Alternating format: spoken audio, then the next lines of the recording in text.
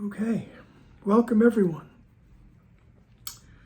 Welcome everyone to session number 256 of Kevin Reed's A Course in Miracles.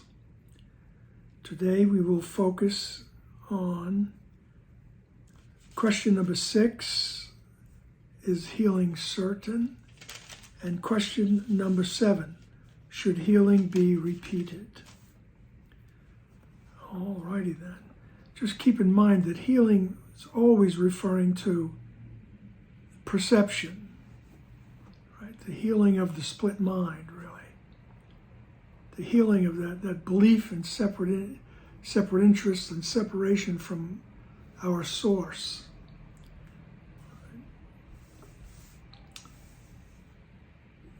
Before I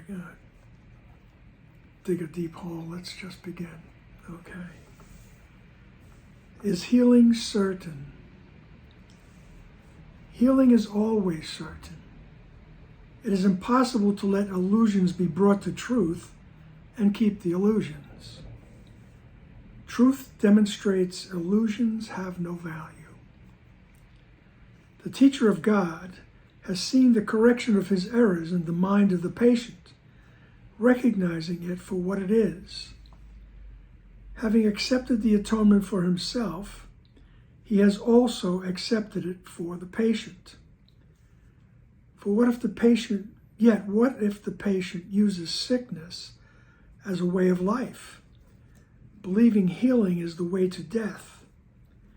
When this is so, a sudden healing might precipitate intense depression and a sense of loss so deep that the patient might even try to destroy himself.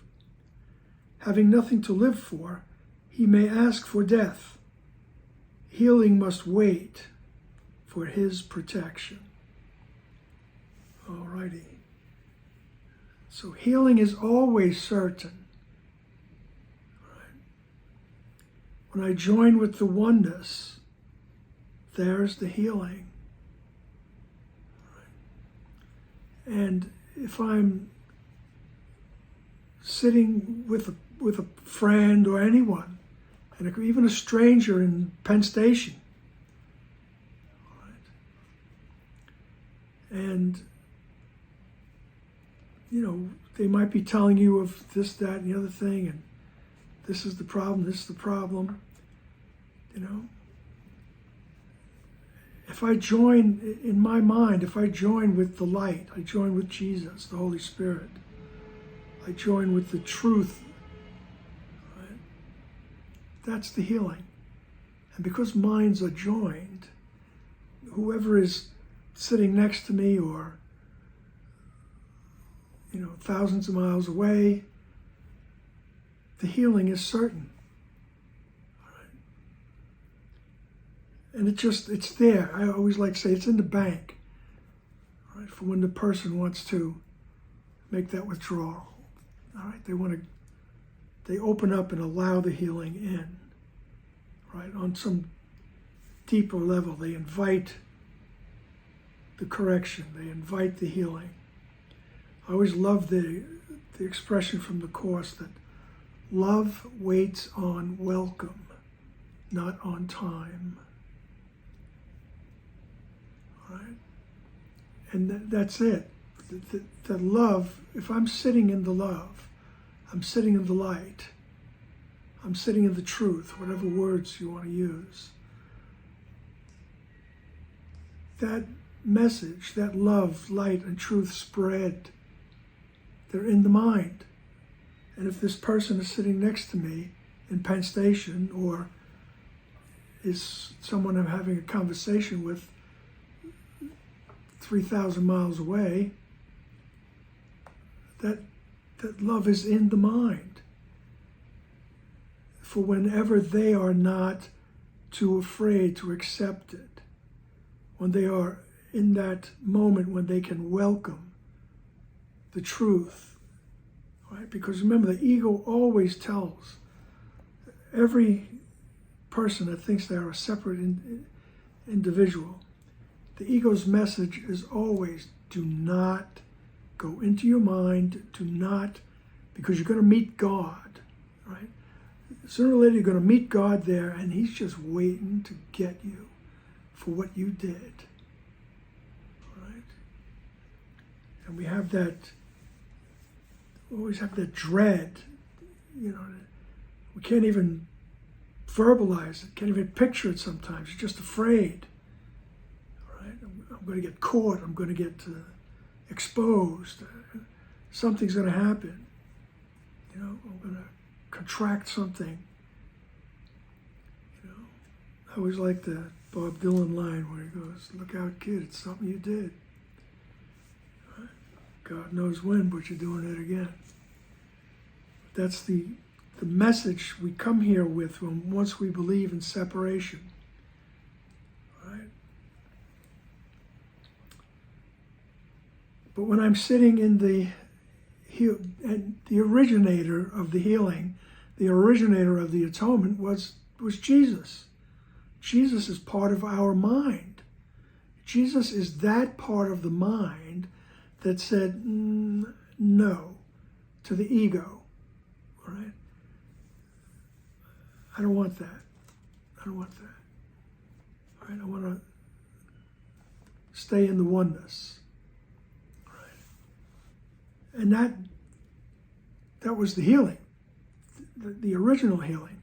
Now what we're doing is tapping into that, because that's in our mind. That is what is in our mind. And once you have a desire to see the truth, to become aware of the truth, remember, the words, sometimes they restrict, all the time they restrict us. So I say, I'm looking for truth. I'm looking for love. I'm looking for light, right? I'm looking for happiness, security. All those things are wrapped up in what we call the atonement principle, which is you never left the oneness. You never left the mind that thought of you. Right? That message is in the mind, just waiting for us to welcome it, waiting for us to desire it. Right? And the ego thought system, that thought of being an individual, and there's all separate entities, there's a part of the mind that wants to keep it that way. So it gives you scary thoughts. Don't go looking for God. He's going to destroy you, or she's going to destroy you. Right? Whatever God you believe in, right? They're going to get you. And there's always the themes throughout. You look in the myths throughout time. There's always that myth of don't look back. Don't look. All right? And that's what the ego is always telling us. Don't look. Don't go there. All right? That's what he means by, it might frighten the person. That sudden awareness that they are part of the oneness. Right? It might just totally frighten someone. So ours is not to, unless we're moved to say something or to do something, we sit in the oneness, all right? Knowing, and I see in this person's dilemma, what was my belief? And I say, no, I don't want that. I want to be part of the oneness. And I am part of the oneness. Right? And so the healing goes out into the mind. No matter what it looks like in form, for whoever is your friend, your client, a stranger who's come to talk to you. No matter what the form looks like, the healing is there. The healing has taken place, and it took place the instant I thought I could be separated. All right, but we're here believing in time also. Right. Just let the the ideas of the metaphysics slowly sink in. Right? I mean, Dr. Wapnick would often say there's some parts of the Course that it's like impossible for the brain to grasp it.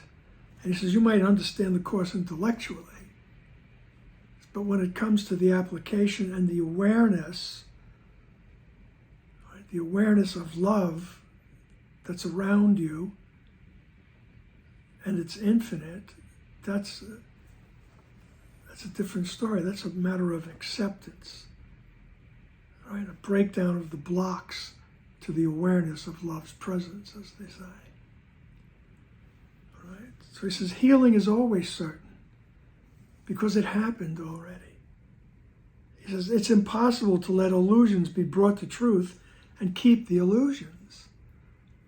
Right? No matter what the illusion is, if I bring it to my right mind and I say, help me to see this correctly.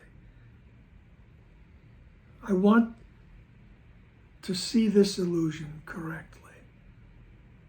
He says that the illusion has to disappear. All right? And granted, in our experience, we seem to, oh, okay, and then we run back to it. That's our experience, is flip-flopping, as they say. But sooner or later, we learn to stay in the right mind, right, longer and longer. And that's what we want, more and more. Okay? And when we go to the right mind, as he says in sentence 3, truth demonstrates illusions have no value. The teacher of God has seen the correction of his errors in the mind of the patient, recognizing it for what it is. Right? So I recognize my errors in the mind of the patient, so to speak, or your friend, or your neighbor, or a stranger. Because basically what it is they're believing they're separate.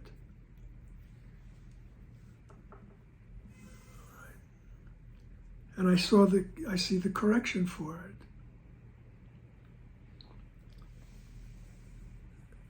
Right. The teacher of God has seen the correction of his errors in the mind of the patient, recognizing it for what it is. Having accepted the atonement for himself, he has also accepted it for the patient. Right? What I've been saying in a very long-winded manner. Having accepted the idea that I've never separated, having accepted the atonement for myself, he has also accepted it for the patient, because the mind is one. Okay. Yet what if the patient uses sickness as a way of life, believing healing is the way to death? So what if the patient uses the belief in separation, the belief in lack, the belief in victimhood, right? The belief in the failing body, being victimized by the world or even by the body. Right? Suppose the patient is using that as a way of life. Right?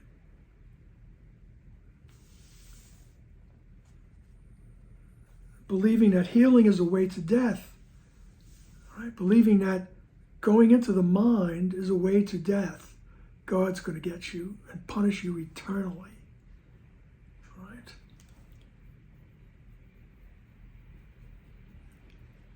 That frightening thing I don't know if they still do it. Well, I guess they do, because that frightening message they used to give to children.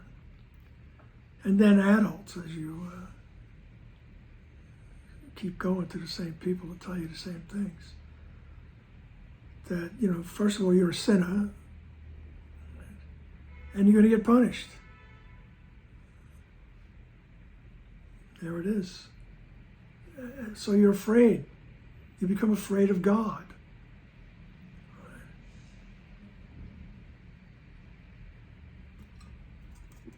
You should only teach children who want to know about metaphysical things things that are outside the realm of form. You tell them there is a source. There is a, if you want to use the word God, go for it. All right, there is a source that is never upset, that is only loving and kind, and waiting to communicate with you. All right. I have a friend named Henry who used to say when he becomes the ruler of his own country, named Henry, he says there'll be no death penalty, he said, except for people who teach religion to children. Henry was a little extreme at times, okay? People acknowledge their trauma in different ways. All right. So what if the patient uses sickness as a way of life? Right? When this is so, a sudden healing might precipitate intense depression. What am I going to do? This is the way I've seen myself all my life. This is the way I present myself to others. And all of a sudden you get this awareness that you're not that. It might be too much. It might be just a sense of loss. They lost the sense of themselves, the self-perception, the self-image. Right? Oh, it's a sense of loss, and it might be a sense of loss so deep that the patient may be tempted to destroy himself. Having nothing to live for, he may ask for death. Healing must wait for his protection. All right? In other words, I can sit in the oneness, but I would never, because the healing would never force it on anyone. It's there. You would do what you can, say what you can to comfort the person. Be nice, be loving, but you do not force it on people, because love will not force itself. Love will just wait on welcome. Love waits on welcome. Right? That's what he means in paragraph 2 when he says, healing will always stand aside. And it's for the protection. All right? The person's mind is not ready for that incredible awareness. Right? They got to take it in stages. Right? This is not, convulsive therapy. It's not shock treatment. Right? The healing is gentle, it is kind, it is understanding, and it's always there, waiting. Healing will always stand aside when it would be seen as a threat. The instant it is welcome, it is there. When healing has been given, it will be received. And what is time before the gifts of God? We have referred many times in the text to the storehouse of treasures laid up equally for the giver and the receiver of God's gifts. Not one is lost, for they can but increase. No teacher of God should feel disappointed if he has offered healing and it does not appear to have been received. It is not up to him to judge when his gift should be accepted. Let him be certain it has been received and trust that it will be accepted when it is recognized as a blessing and not a curse. I've got to hand it to Jesus. He's much more poetic and succinct than I am. All right? Gets right to the point. All right? This is where healing has been given, it is received. That's it. And let me tell you, Jesus over and over in the Course will tell us, in the moment the one mind thought of that tiny mad idea, right, it was answered. Oh, I can be separate. No, you can't. I am separate. No, you're not. It was immediately answered. And I have to give kudos to this woman on YouTube. She used the word echo. I mentioned that a few weeks ago. So we're living in the echoes of that thought that I could be separate, right? When it's already been healed. It's just that we're still in that fear stage. Because when I thought I could be separate, my mind said, oh, damn, what did I do? I ruined everything. So now I'm guilty. And guilt demands punishment. So there's fear of retaliation now. Fear of retaliation. Now I'm in quite a fix. Right? And I'm in such a fear of the oneness and the creator of the oneness because I think I ruined it. Right? I'm afraid to meet the creator of the oneness. Don't look. Don't go to your mind. And that's what this world is for. It's to keep us mindless, to keep us outside of that awareness, to keep us away from the truth, because the truth will dispel all illusions. Right? I mean, you know, myself included. I have things to work on. Right? Because as the Guru once said, this world is one damn thing after another. There's always, and the moment that thought of individuality feels threatened, it, you know, tries to reinforce itself. Right? So there's one thing after another.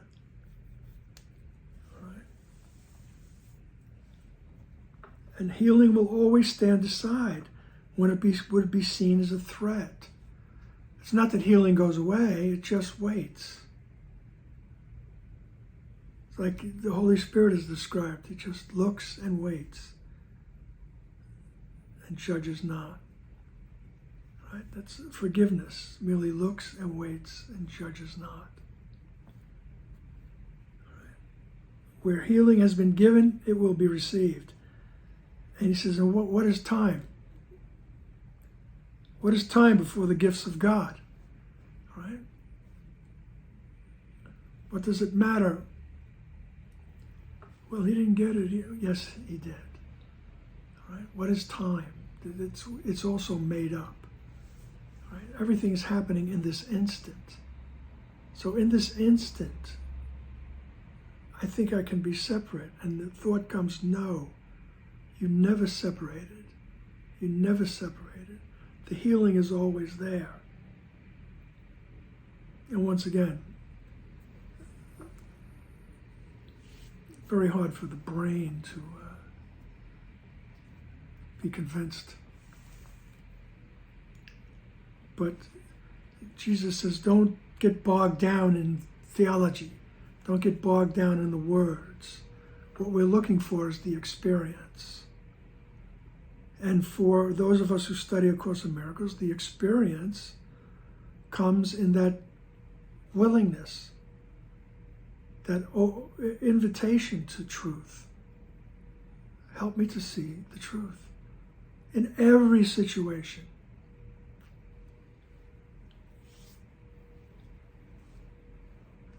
And he says, we have referred many times in the text to the storehouse of treasures laid up equally for the giver and the receiver of God's gift.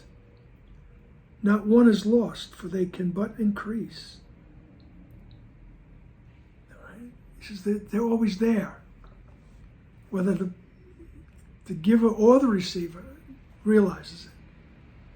Right? The gift is there. It's in the storehouse, just waiting for someone to come in and take some. Right? Not one is lost. Right? Nothing is lost. No teacher of God, paragraph 2, sentence 7. No teacher of God should feel disappointed if he has offered healing and it does not appear to have been received. Right? It's not up to him to judge when his gift should be accepted. Right? I asked Jesus to help me see correctly. I asked Jesus, help me sit in the truth. And he's still acting like an idiot. All right? He says, you shouldn't feel disappointed. All right? If you have offered healing and it does not appear to have been received. Right? It doesn't matter what the other does in form. Right? It's not up to me, it's not up to you to judge when the gift should be accepted. Right? Just be certain that the gift has been received. That's it. Let him be certain it has been received. And trust, once again, trust. Trust it will be accepted when it is recognized as a blessing, not a curse. So when the fear level dissipates, right, it just goes down, right, and the other is able to see it as a blessing, the healing that is, and not a curse, right? I'm offering the truth. I'm offering your innocence I'm offering through me in my mind. And when they're able to accept it, they will. So, as Jesus would say, in the immortal words of my brother Stephen, don't worry about it.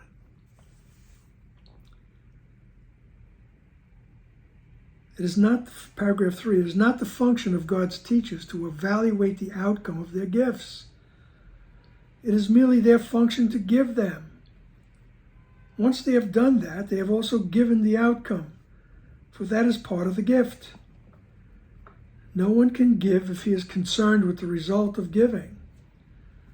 That is a limitation on the giving itself, and neither the giver nor the receiver would have the gift. Trust is an essential part of giving. In fact, it is the part that makes sharing possible. The part that guarantees the giver will not lose, but only gain. Who gives a gift and then remains with it? To be sure, it is used as the giver deems appropriate. Such is not giving, but imprisoning. Right?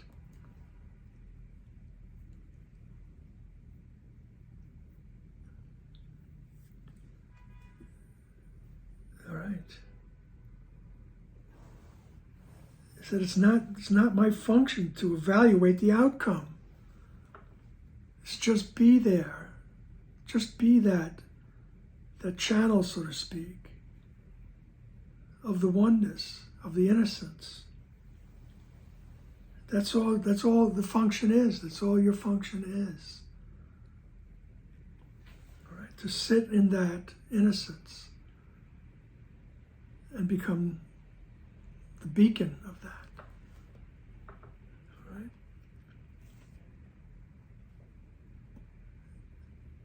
Once they have done that, they have also given the outcome. All right? That's part of the gift. The healing is always complete. All right? Because the healing is always, you never left the oneness. All right? That's what it all comes down to. You never left. You never left the mind of your Creator. Okay? So once you've done that, right, you've also given the outcome. Right? The realization that there's only the oneness. There's only innocence. And so he says you can't give if you're concerned with the result.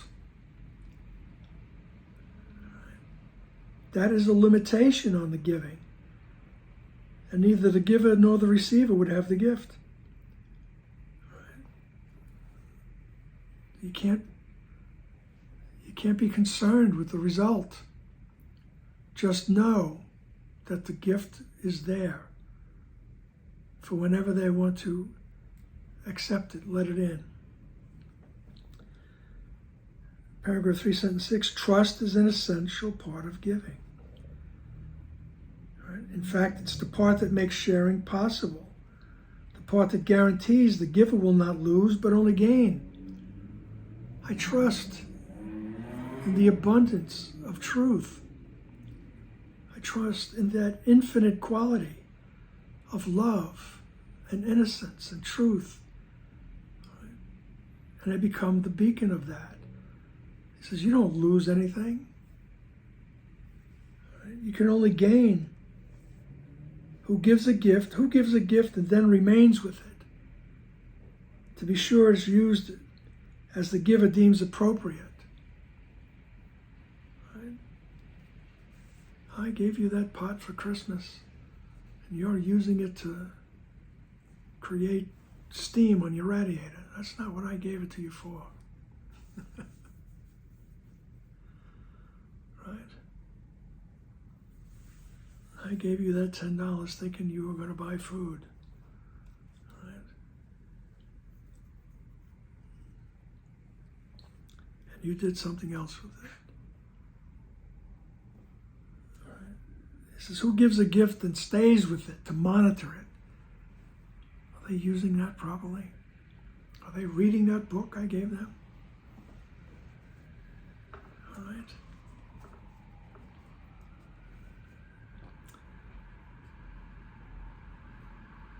He says, you do that. He says, such as not, you're not giving a gift.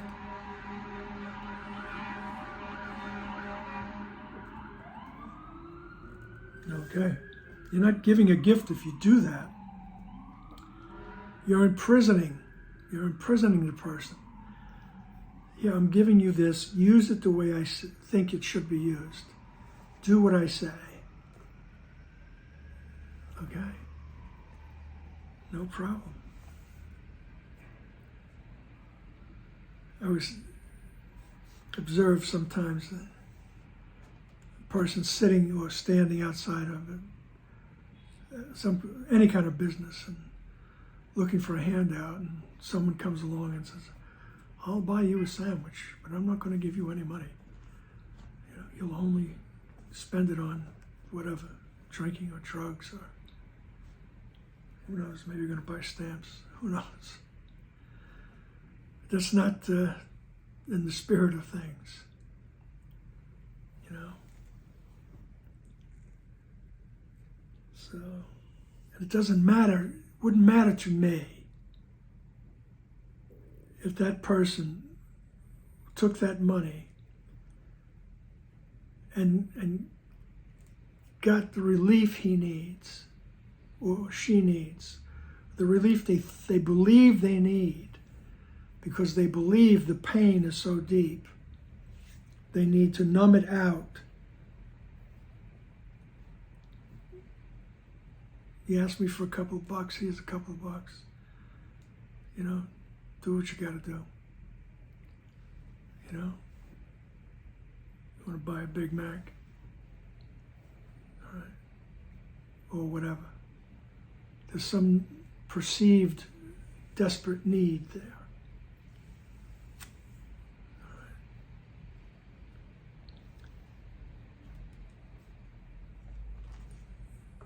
Paragraph 4. It is the relinquishing of all concern about the gift that makes it truly given. Right? And it is trust that makes true giving possible.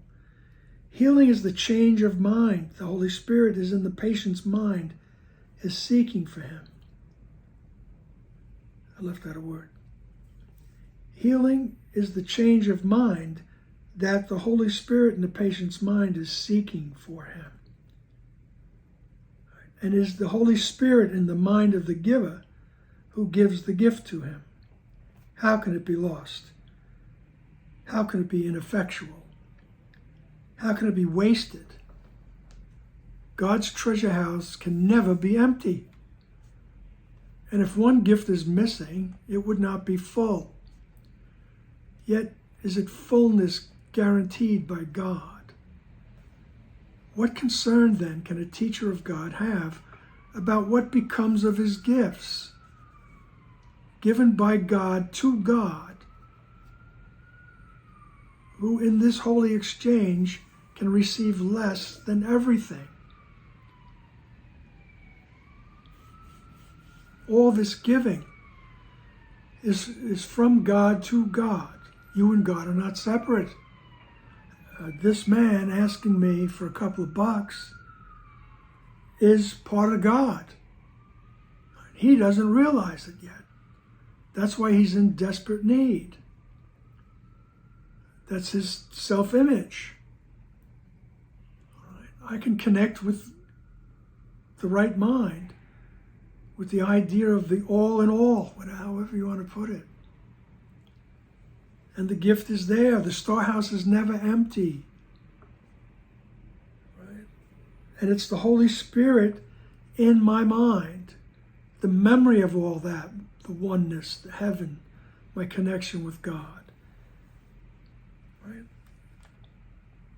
It's the Holy Spirit in the mind of the giver who gives the gift. Right? How can it be lost? I just become the instrument. I inform. Right? How could it be lost? How could it be ineffectual? Right? So healing is certain. That's what he's saying to answer the question. How could it be ineffectual? How could it be wasted?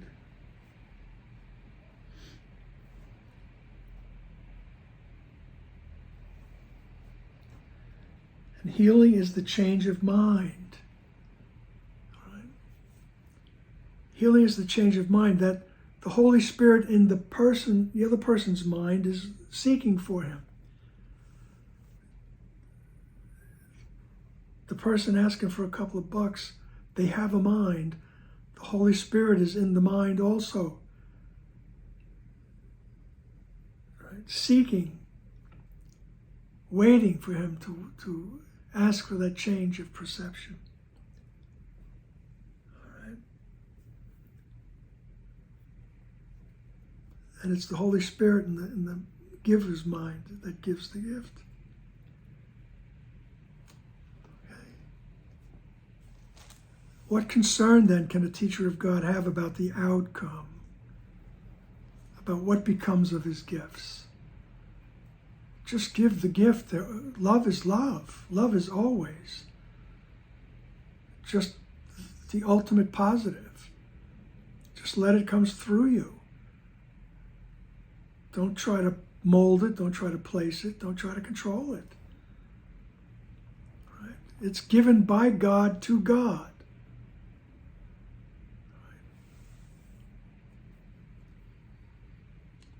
Who in this holy exchange can receive less than everything?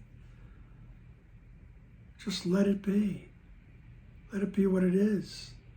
And everyone will receive everything. Who could receive anything less than everything? All right. So, healing is certain. So let's go on to question number 7. Should healing be repeated? Okay. Paragraph 1. Should healing be repeated? This question really answers itself. Healing cannot be repeated. If the patient is healed, what remains to heal him from? If the healing is certain, as we have already said it is, what is there to repeat? For a teacher of God to remain concerned about the result of healing is to limit the healing. It is now the teacher of God himself whose mind needs to be healed. And it is this he must facilitate. He is now the patient, and he must so regard himself. He has made a mistake and must be willing to change his mind about it. He lacked the trust that makes for giving truly, and so he has not received the benefit of his gift. Right? So should healing be repeated? I mean, it says if you doubt anything about it, if I doubt anything about it, I'm the one who needs the healing now, because I've made a mistake. Right? I didn't fully trust in the oneness. I didn't fully trust in the Holy Spirit and Jesus. I didn't fully trust in God extending love.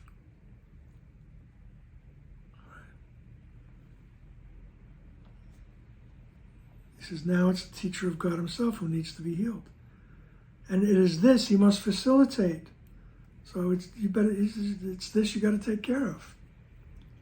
You got to come back to the right mind. And say, okay, help me to see things correctly. Because if I'm in doubt, now I'm the patient. And he says, and you should look at yourself that way. If you're in doubt, now you're the patient. He says, you made a mistake. And you must be willing to change your mind about it. Right? My mistake was, I didn't quite think, I did enough for the healing. I'm not sure the healing took place. He says, now you made a mistake. And you must change your mind about it. Right? Because I lacked the trust that makes for giving truly. And so he has not received the benefit of his gift. Right? So the idea is just go back to the oneness, go back to the right mind. And say, I'm willing to see this correctly. I'm willing to become aware of the truth. Because he says in paragraph 2, whenever a teacher of God has tried to be a channel for healing, he has succeeded. Should he be tempted to doubt this, he should not repeat his previous effort. That was already maximal because the Holy Spirit so accepted it and so used it. Now the teacher of God has only one course to follow. He must use his reason to tell himself that he has given the problem to one who cannot fail, and must recognize his own certainty is not love, his own uncertainty is not love, but fear, and therefore hate. His position has thus become untenable, for he is offering hate to one to whom he offered love. This is impossible. Having offered love, only love can be received. All right.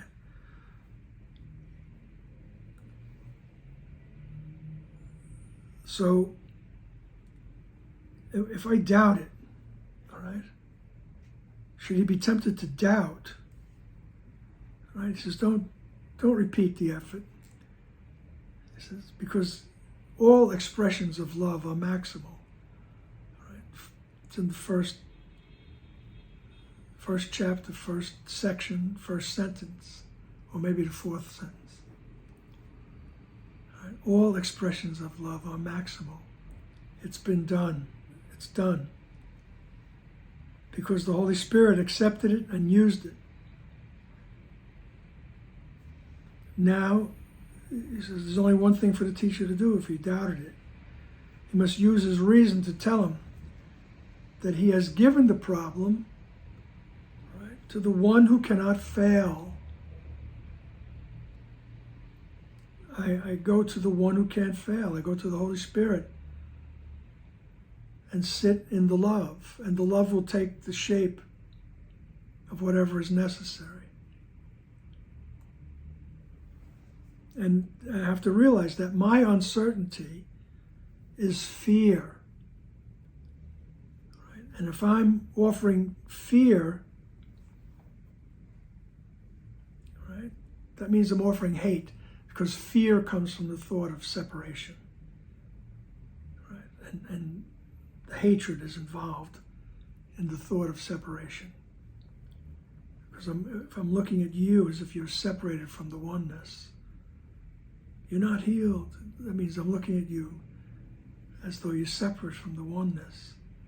I'm offering you separation. I'm offering you hate. Right. Paragraph 3. It is in this that the teacher of God must trust. Right. Well, let me go back to the sentence above. Having offered love, only love can be received. It is in this that the teacher of God must trust. This is what is really meant by the statement that the one responsibility of the miracle worker is to accept the atonement for himself.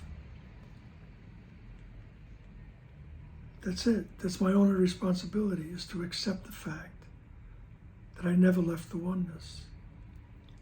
The teacher of God is a miracle worker because he gives the gifts he has received. Yet he must first accept them. He need do no more, nor is there more that he could do. By accepting healing, he can give it. If he doubts this, let him remember who gave the gift and who received it. Thus is his doubt corrected. He thought the gifts of God would be withdrawn. That was a mistake, but hardly one to stay with. So the teacher of God can only recognize it for what it is and let it be corrected for him. So if I'm doubtful, just recognize that it's a mistake and let it be corrected. Because he says, let him remember who gave the gift and who received it. He said it was from God to God. You are no different than God. The only difference is that you are not the primal cause. The primal cause. You did not create yourself. Other than that, you're the same as God. So the gift is given from God to God.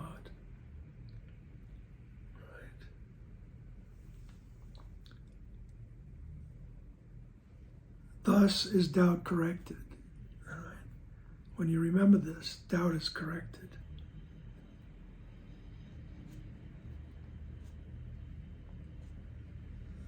All right.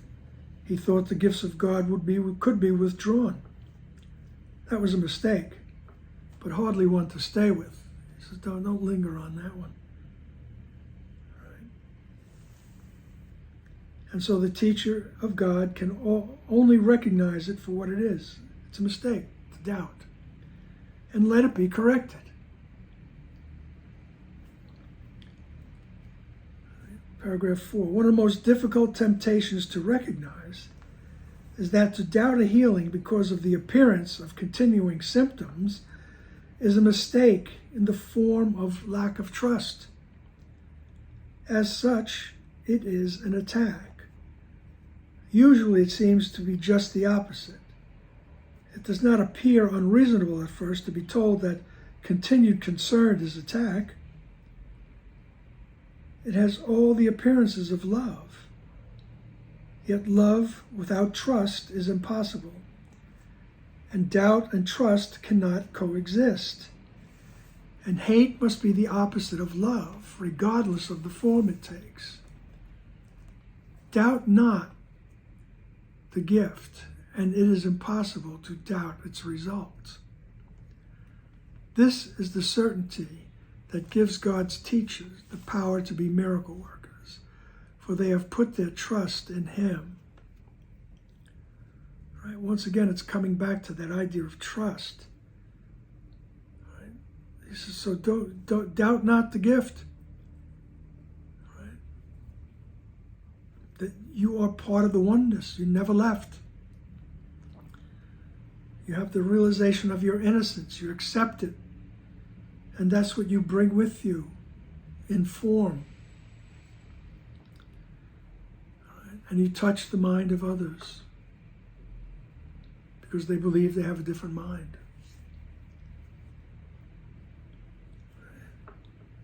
So one of the most difficult temptations to recognize is that to doubt a healing because of the appearance of continuing symptoms, it's a mistake in the form of lack of trust. Well, the symptoms are still there. He didn't change. Nothing changed. He said it's not about the form.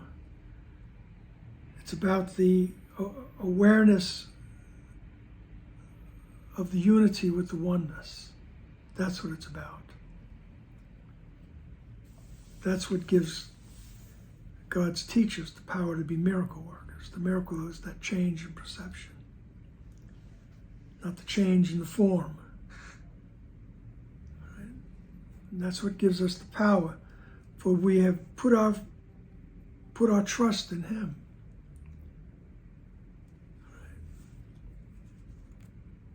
The real basis for doubt about the outcome of any problem that has been given to God's teacher for resolution is always self-doubt. And that necessarily implies that trust has been placed in an illusory self, for only such a self could be doubted. This illusion can take many forms. Perhaps there is fear of weakness or vulnerability.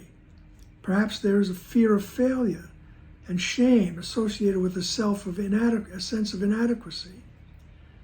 Perhaps there is a guilty embarrassment stemming from false humility. The form of the mistake is not important. What is important is only the recognition of a mistake as a mistake. Right? So in other words, the basis for doubt is just the only thing that's important is that you recognize that it's a mistake. Right? No matter what the reason. Right? What is important is only the recognition of a mistake as a mistake, because a mistake can be corrected. He says you must facilitate that. Right? Because if I'm doubting, I'm putting my trust in an illusory self. Right? I'm not really trusting that I am part of the oneness. Because only the part of my mind that believes it's separate would doubt anything. And that part of my mind, that part of me is an illusion. Right? So any doubt is always self-doubt. And it implies that trust has been placed in an illusory self.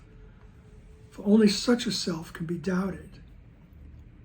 Right? Only the illusion can doubt itself. And he says, and this illusion can take many forms. Right?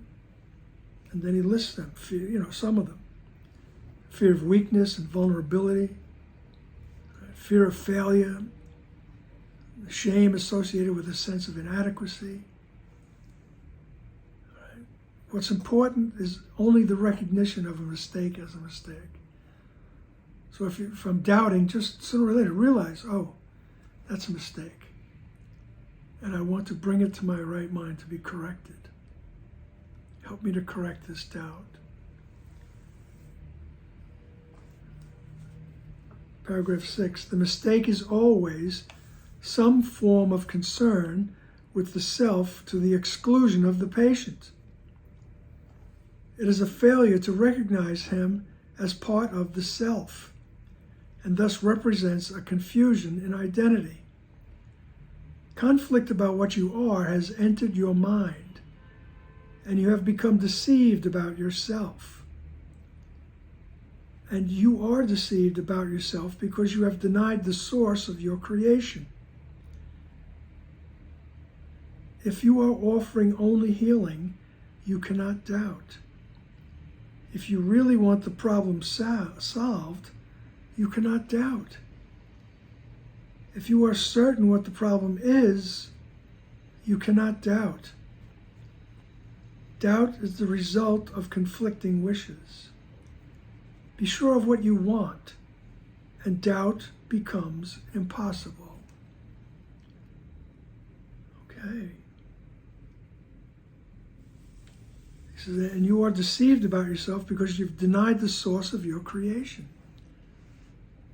Right? So I'm deceived about myself. I'm doubting because I'm not sure of the source of where I come from and where I am. All right. I'm not sure of it because you've denied the source of your creation. If you are offering only healing, you cannot doubt. Just offering healing, the realization that you are not separate from God. That's it.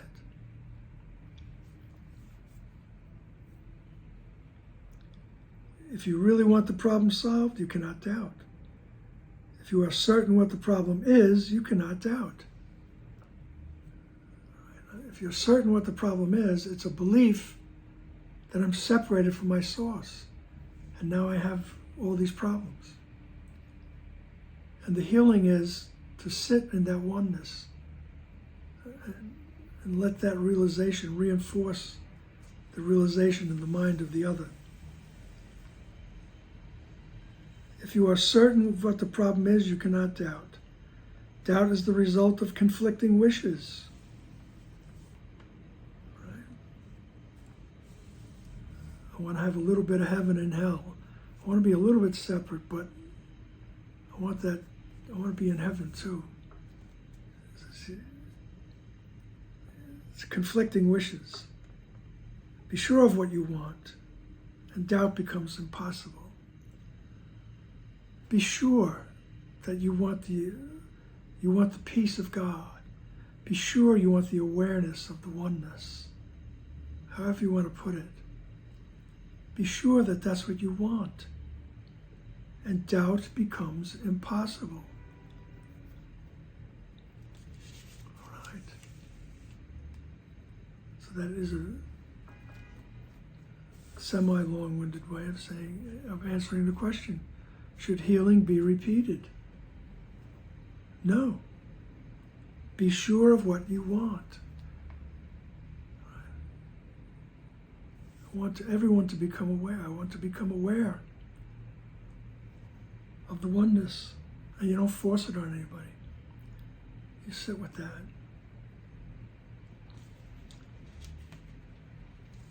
All righty then.